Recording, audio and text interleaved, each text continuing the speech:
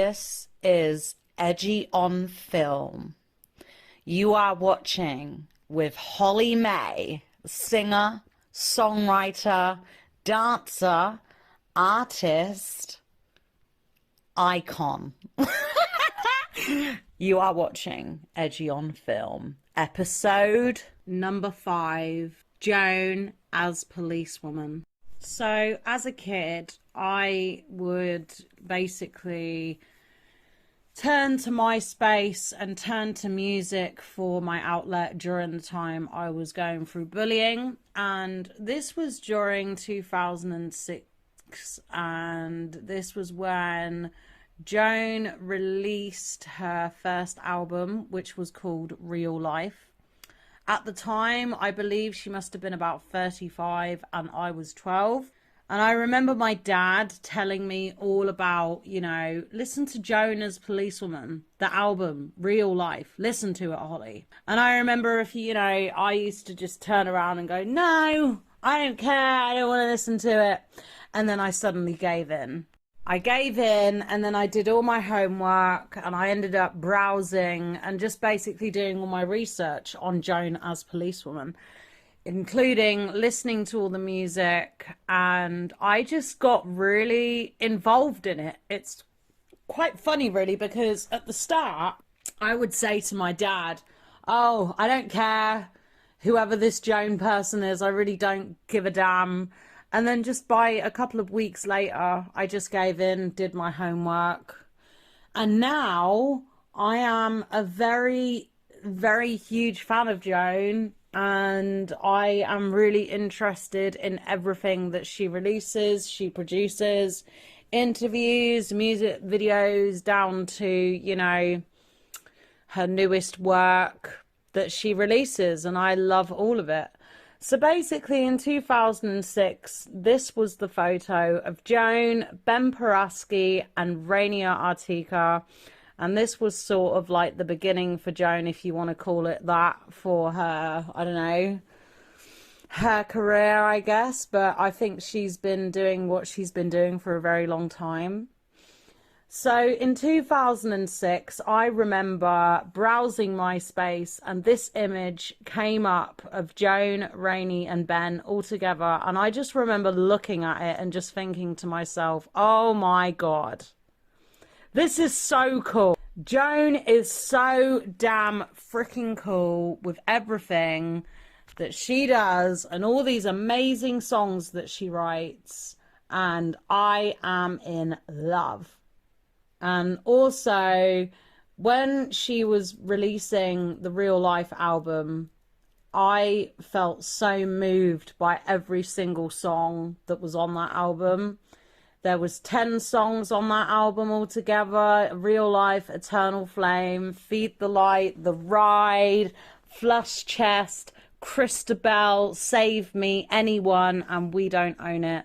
And I just remember, during this time, during 2006, it was just before my auntie passed away, upcomingly. And at the same time, during this time in my life, I really struggled to figure out who the hell cared about me and who was going to give a damn about me. I didn't really have a strong close friend. I mean, I had a couple, but this was when me and Joan sort of begun our friendship back in 2006. And me and Joan secretly, we would talk on MySpace about practically anything.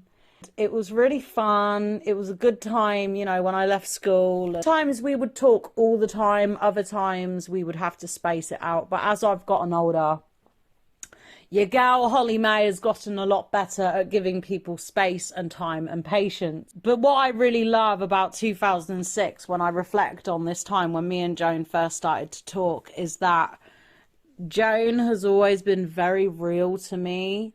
And she's always been open-minded, ever so kind, and she's always had my back through thick and thin. And I remember the first time I listened to the whole entire album, Real Life, and also, you know, what was it? The Stagger in the Light, My Girl, Prime Mover, you know, Could It Still Be Tonight as well, when she released those songs. I think that was before she put them into an album, because if you go on Spotify now, her very first piece of you know, music altogether, it's kind of in an album now. But when that was released, when she did the whole My Girl and Prime Mover and all that, it was kind of all different back then, because that was during like the MySpace times, and obviously she was, you know, she's doing her own thing. And I just remember coming home from primary school every day, and on my good days and my bad days, and I would be on my PC on MySpace blasting, you know, Joan's first album, Real Life, every single song on that album. And I would pour my heart out. I would sing like there is no tomorrow until I got every song right. And I still listen to the album today because I get it. I know what it feels like for every single song on that album. And the whole masterpiece itself is just, I think it's a really stunning album. There's nobody else in this world who could put an album together the way Real Life has been put together. And in every song, you can always hear Joan really meaning every song that she's singing. And you can really hear her heartbeat throughout every song.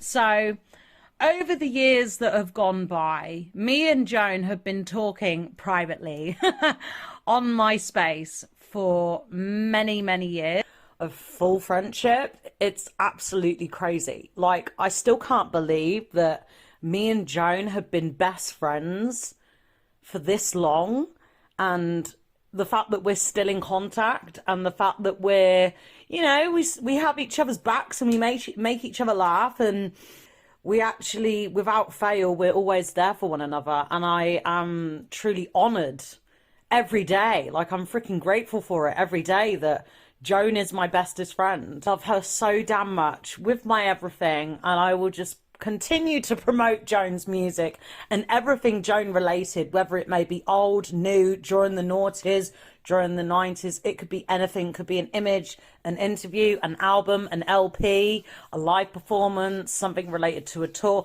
anything. And I'll just continue to share that kind of stuff related to Joan because I love her, and I've been doing this since the day that I met Joan. The love between Joan and I is 100% real. I mean, who wouldn't want to be Joan's best friend? But luckily, out of all the people in the world, well, she chose me. She chose me, and, you know, it makes me so happy that, you know, as I've gotten older, me and Joan, we've just become stronger, and I feel like the communication has definitely brought us much closer. That's what I love about mine and Joan's friendship, is that it doesn't matter how much it rains or how much it storms. Like, Joan is always there for me, and I couldn't ask for any other best friend. Like, literally. And Joan, if you're watching this, I love you so much. You freaking beautiful American Brooklyn coffee warm in heart, soul fuming, freaking pump rock banging, head bashing, punching, kicking, sexy chocolate coffee, beautiful, moaning, awesome. I don't know. I can't describe it. Look, I love Joan. Joan loves me. We love each other. And I'm just so grateful to call Joan my best friend. And I just remember coming home from primary school every day, and on my good days and my bad days, and I would be on my PC, on MySpace, blasting, you know, Joan's first album, Real Life. Every single song on that album. And I would pour my heart out. I would sing like there is no tomorrow until I got every song right. And I still listen to the album today because I get it. I know what it feels like for every single song on that album. And the whole masterpiece itself is just, I think it's a really stunning album. There's nobody else in this world who could put an album together the way Real Life has been put together. And in every song, you can always hear Joan really meaning every song that she's singing. And you can really hear her heartbeat throughout every song. So, over the years that have gone by, me and Joan have been talking privately on MySpace for many, many years. Even though when we first started talking, I was 12 and Joan was 35. And Joan is obviously a grown woman now, and so am I. I have known Joan for 17 years, and that is how long we have been friends. And, you know, it's so crazy to me when I look back on young images of Joan when she first released her music. Oh my God. And she used to wear a little hat. It was the cutest thing. Oh my God. Literally.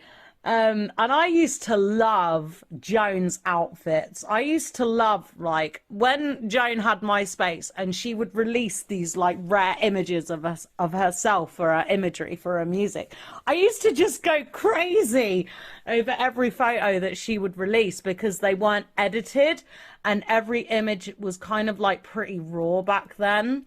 So this is one of the photos of Joan where she's wearing a hat. She's got this gorgeous wooden necklace thing around her neck and she's wearing this chic little blazery thing. And I remember looking at this image at the age of 12 and listening to her music and just thinking, oh my God, I am so in love with this person. This person is so talented. This person is so cool. I can't believe this person is talking to me. You know, 12-year-old Hollie, this is what's going through my head. And I think after a while, I gave myself a couple of months to really think about, you know, making the decision whether to see her live or not. But yeah, like these images of Joan from like 2006, I remember them so well. And it breaks my heart that she will never probably ever release images like this ever again. But when I was 12 and I was going through my bullying, it was during the time when I met Joan and me and Joan started to talk. And Joan was really there for me and she cared about me so much and she still cares about me so much.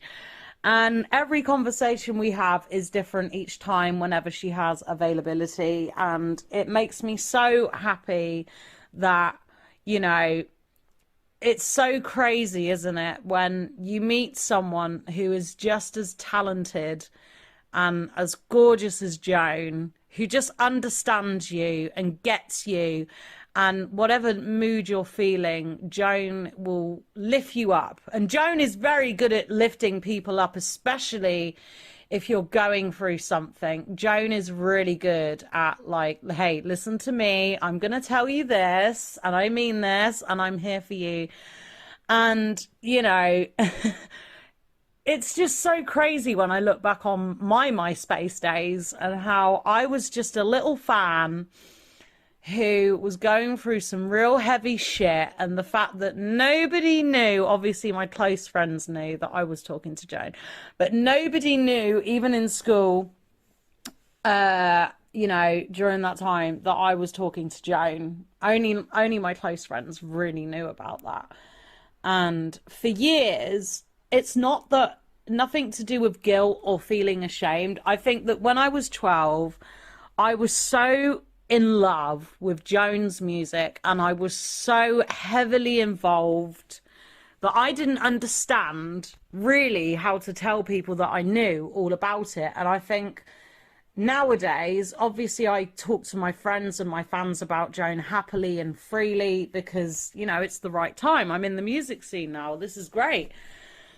But back in 2006, whilst I was still in school and struggling with my own issues, there is a reason why I decided to keep the whole thing pretty much private. And that was because I knew it was the wrong timing to tell people. And also, I was surrounded by a lot of negative people and a lot of people that just wanted to do whatever they could to see me fail. And that's why I chose to keep it hush hush, nobody's business, because I didn't want anyone to take that away from me, like the friendship and the bond that I have with Joan. And I did keep it quiet. You know, I must have kept it quiet for about, I don't know, freaking hell. Probably since I left college, I think I kept it quiet for that long. Yeah. And I wanted to be respectful and I wanted to be kind and generous and make sure that, you know, as long as I get better at keeping things that don't need to be on the internet, then maybe if I kept on doing that, then I can do the same with my friendship with Joan and keep certain things off the internet. And over the years, I got a lot better at doing that. A lot better at becoming private with things that happen to you in your life, good or bad or sad or rad. And I wanted to keep that to myself. And that's what I did with my friendship with Joan online. I wanted to keep it to myself so that nobody could ever take it away from me, because during the time in 2006 when I discovered her, and when I first discovered her to when I first started listening to her, I was going through some heavy shit, and I knew that it was the wrong time to tell everybody about it. So I get asked this quite a lot, and sometimes by friends, fans, and people, sometimes people who don't know me and sometimes people who do know me. Why do you promote Joan, Hollie? Why do you share Joan? Why do you share so many images, music, videos, interviews, everything that is related to Joan? So the answer to that question is, firstly, she is one of my most closest best friends. Number two, it's because I care, and I care so much about her music and her career and her passion for music. And thirdly, because she has she's had such an impact on my life, like not just as a person, as a singer, as a songwriter, but as a freaking human being. And the reason why I share her so much online is because I love her. I love Joan so much that is just how I roll, and that's what I do whenever I can. I would tell people about her, and I would tell people, hey, have you heard this singer called Joan as Policewoman? She is freaking amazing. She is so cool, and she's ever so understanding. I think you should check out her music and go and see her live. And I have been doing this for so many years that some people have gone and done it, some people haven't, and then I've had to deal with people where they're like, it's not my genre, I don't care. And the thing is, I always deal with those kind of people with kindness the most, because, you know, when you discover a new artist and a new band or a new songwriter, it's always important to just respect the fact that they are people too. And, you know, I listen to some people who I wouldn't necessarily say that they're my music influence, but I listen to all kinds of different people, but I still remember that they're people. I couldn't imagine my life without Joan.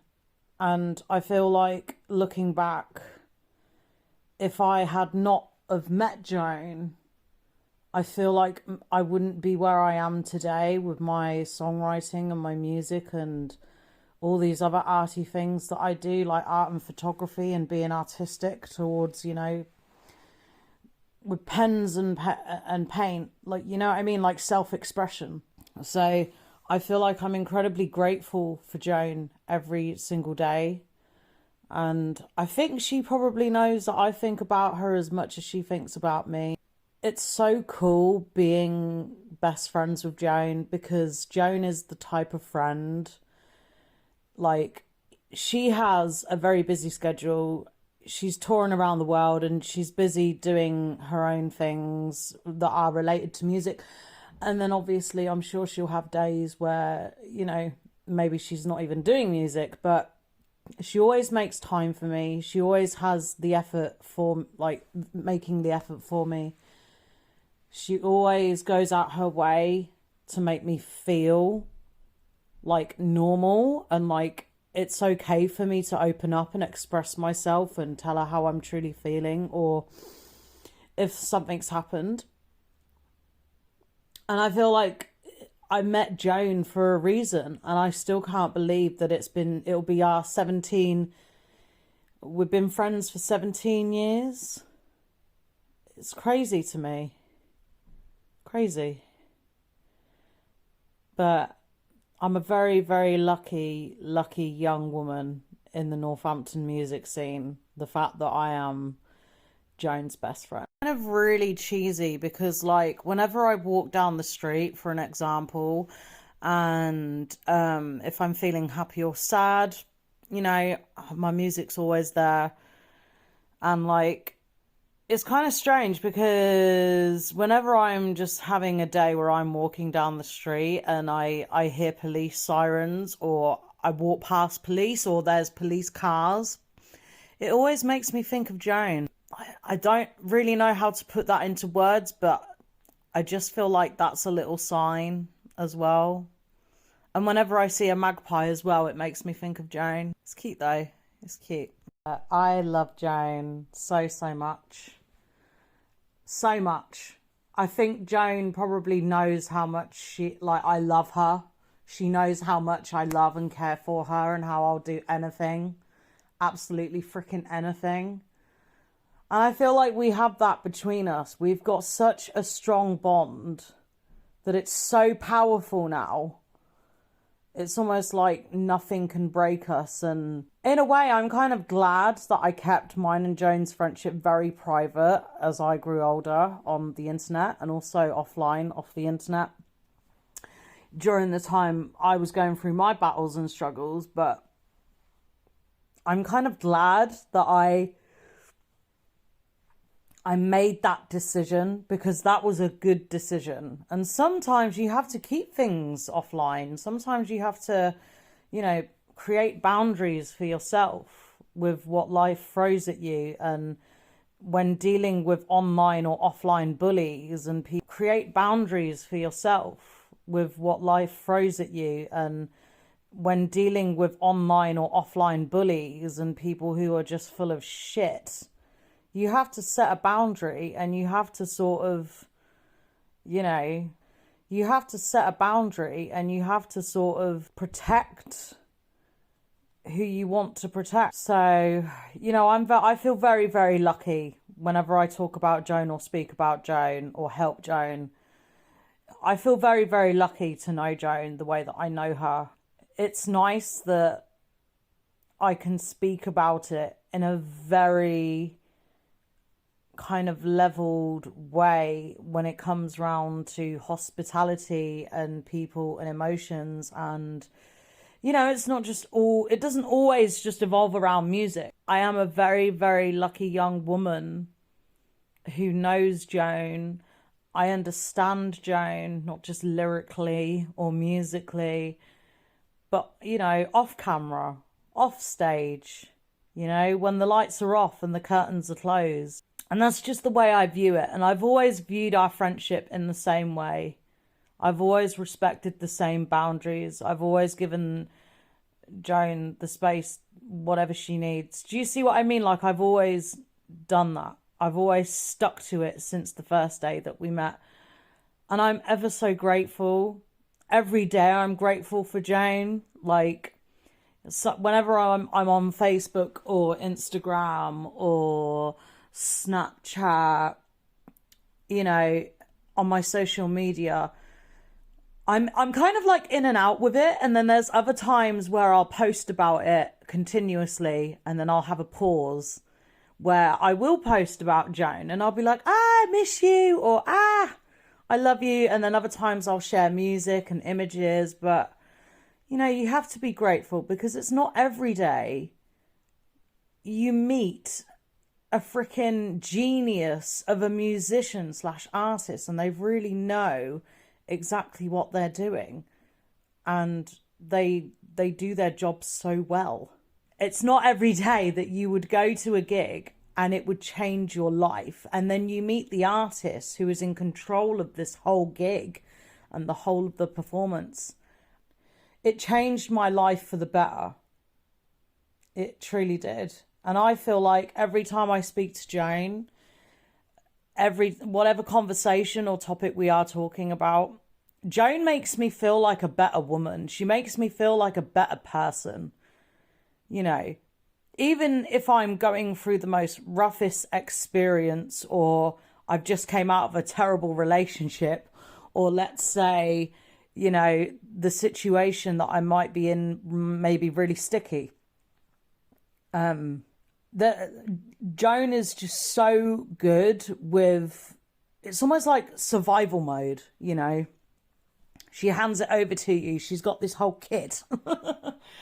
You know, you're going to get out of this. You can get through this. And Joan's really good at that. And it makes my voice crack. But, yeah. You know, I'm lucky that I have survived what I have survived in my life.